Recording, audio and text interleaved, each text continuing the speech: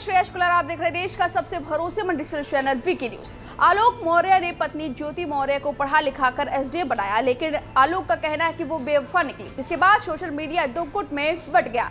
एक जो आलोक मौर्य का साथ दे रहा है और एक गुट अपील कर रहा है कि ज्योति मौर्य की वजह से सारी लड़कियों को कटघरे में नहीं खड़ा किया जाना चाहिए। लेकिन इस सबके बीच शुभ्रा मौर्य अपनी देवरानी के साथ खड़ी नजर आ रही हैं।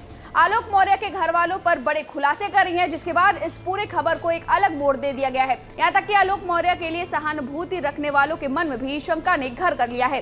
ज्योति मौर्य की जेठानी शुभ्रा मौर्य का कहना है कि आलोक मौर्य की तरह ही उनके पति और ससुराल के लोगों ने शादी के वक्त झूठ बोला और धोखे में रखकर शादी की थी।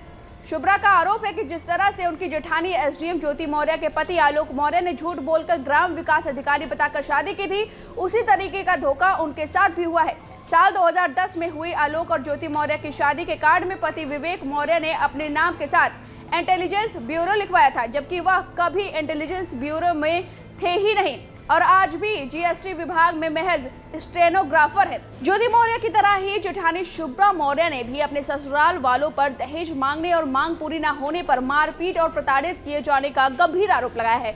शुभ्रा को भी देवरानी ज्योति की तरह 6 साल बाद सरकारी नौकरी मिली। हालांकि इस बारे में जेठानी शुभ्रा का कहना है कि इस सरकारी नौकरी में उनके पति या ससुराल वालों का कोई योगदान नहीं है। सरकारी टीचर बनने के लिए जो योग्यता होनी चाहिए वो पढ़ाई उन्होंने शादी से पहले अपने मायके में ही पूरी कर ली थी। शादी के बाद वह भी ज्योति की तरह ही अफसर बनने की तैयारी कर रही थी, लेकिन सिलेक्शन नहीं होने पर टीचर बन गई। ज्योति मौर्य की जेठानी शुभ्रा मौर्य ने पति विनोद मौर्य और ससुराल वालों पर बेहद गंभीर और सनसनीखेज आरोप लगाए। आपको बताएं कि आखिर शुभ्रा ने क्या कुछ कहा। ससुराल वालों ने उनसे दहेज में 5 लाख रुपए की कार, 5 लाख रुपए की ज्वेलरी, 5 लाख रुपए नकद और करीब इतने ही कीमती की गृहस्थी के सामान लिए थे। विनोद के साथ उनकी शादी जेठानी ज्योति मौर्य के ब्याह से 1 साल पहले हुई थी। शादी के बाद ही ससुराल वालों ने अपना रंग दिखाना शुरू कर दिया। शुभ्रा ने बताया कि इस दहेज लाने के लिए लगातार प्रताड़ित किया जा रहा है और एक अलग मकान की मांग की जाती रही। जेठानी का आरोप है कि ससुराल में मारपीट किया जाता रहा, गाली गलौज, ताने दिए जाते रहे। 2 बेटियां होने के बावजूद विनोद दूसरी शादी करने की धमकी दे रहा था। शुभ्रा की सरकारी कमाई का पैसा ससुराल वाले हड़प लेते थे।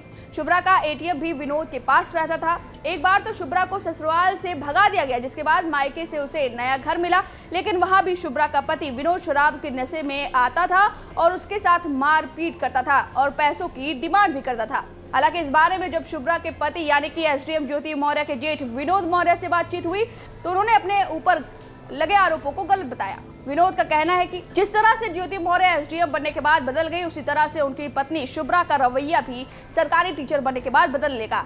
अब वह उनसे अलग रही हैं और बेवजह के आरोप लगाकर परिवार को बदनाम करना चाहती हैं। विनोद का कहना है कि जिस तरह से आलोक ने अपनी पत्नी ज्योति को शादी के बाद पढ़ाया लिखाया, उसी तरह से उन्होंने भी अपनी पत्नी शुभ्रा को सरकारी नौकरी पाने में मदद की।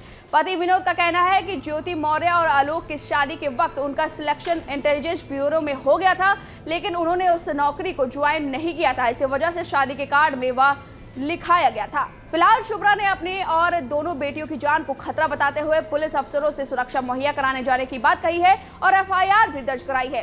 पति विनोद मौर्य व ससुराल वालों के खिलाफ कड़ी कार्रवाई किए जाने की मांग भी की है।